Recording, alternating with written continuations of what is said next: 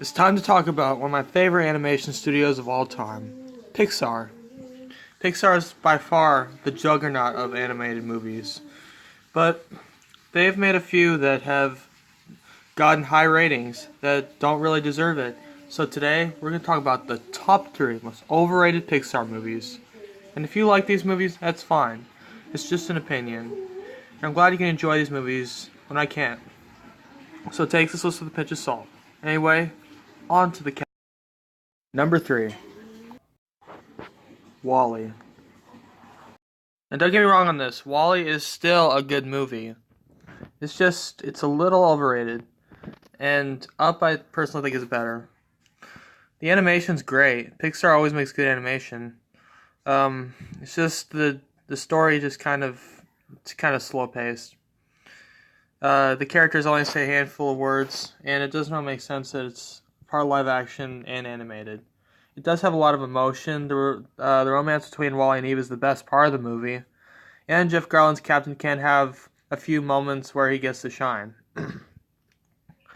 It's just not as groundbreaking as everyone thinks it is. That being said, Wall-E is still a solid Pixar film, and I do recommend it. It just doesn't deserve the overration. Anyway, on to number 2. Instead of one movie taking the cake on this part of the list, there are going to be 2. Inside Out and Coco. Now, don't get me wrong on this. The animation is stunning. And I have nothing against what the film is going for. But with Coco's problem is it's already been done before. I watched Book of Life back in 2014, and once I've seen the movie, can't really watch the same movie again. I mean, think about it. Both movies have a main character who want to play music, but their families are against it. So this results in like the character going to the supernatural, and I mean there are some differences, but you get the idea. The whole message is about accepting yourself as who you are. Like, family is important, and I mean, just the same basic story.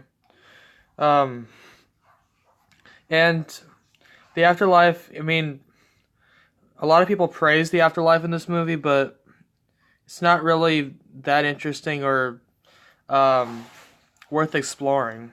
It's just a generic afterlife type place. I mean, there are a lot of bright colors and there are a lot of impressive visuals, but it's just not as good as Pixar's other movies. It's kind of a ripoff of. Well, I mean, it might not be a ripoff. I don't know if this film was in development while the original film that I saw was in theaters, but it just feels like a retread of a movie that I've seen before, so it's kind of hard for me to appreciate it like everyone else. That being said, there was one emotional scene that made me shed a tear and was by far the best part of the whole movie. It's where Miguel sings for Coco and reminds her of her father and how he actually loved her. That was a touching emotional scene.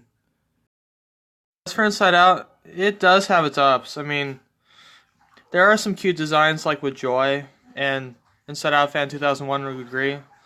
Joy is a cute character, but the story is fine. It's original, but it's not executed right.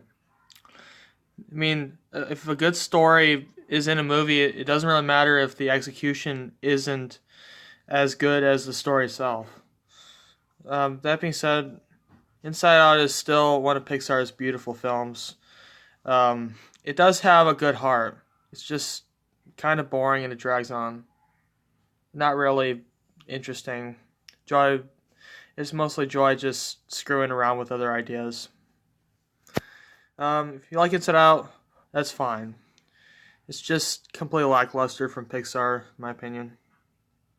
And it could have been a great, outstanding masterpiece. A major emotion picture. Anyway, on to. And the number 1 most overrated Pixar movie is Incredibles 2. How this movie broke $1 billion, only for people's nostalgia. this is one awful movie. I mean, the animation is fine, but it completely retreads the first movie. The villain is underwhelming. The characters have become more unlikable than the first movie. It's just a big disappointment from a movie that we waited 14 years for. And it comes from Pixar that Brad Bird had 14 years to make a proper sequel to The Incredibles. And what do we get? A Sony Pictures Animation type sequel that doesn't do anything original with its characters. Follows the same retread mystery villain reveal. Syndrome worked because he was a fanboy and then he turned against Mr. Incredible because he turned him down. It's the equivalent if Robin was rejected by Batman.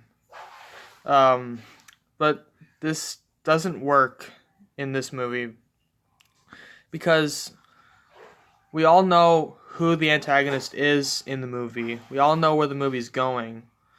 And it's kind of hard to ignore the problems when a studio like Pixar had 14 years to make an outstanding sequel to one of their best films, and we get a completely lackluster sequel that is comparable to a Sony animation sequel.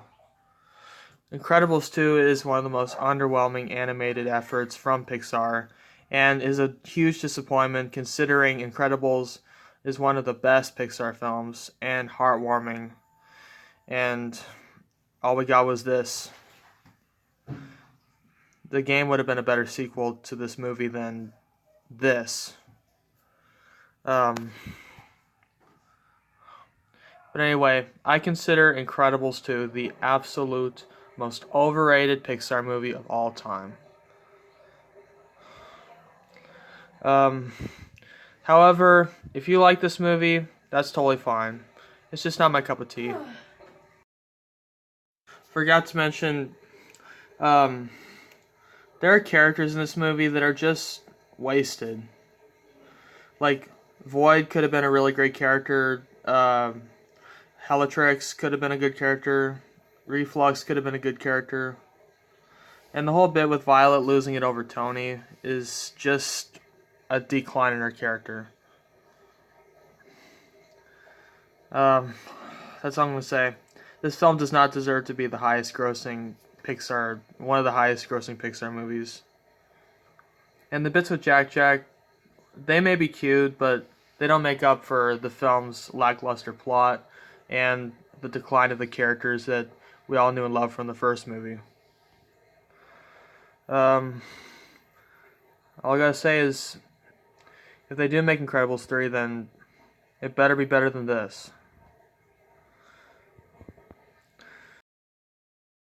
Also, Dash is such an annoying character in this. He is easily the most backsliding character in terms of his character development from the first movie. He is so irritating. All he does is whine and complain about he doesn't get to drive the Incredibile. He is such an annoying, irritatable character. Please give us an explanation as what happened to the Underminer, because we've been waiting 14 years for what happened with the Underminer.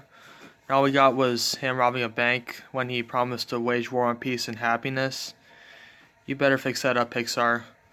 I'm saying a lot of cruel, harsh things, but I say out of love for Pixar because Pixar is one of the best.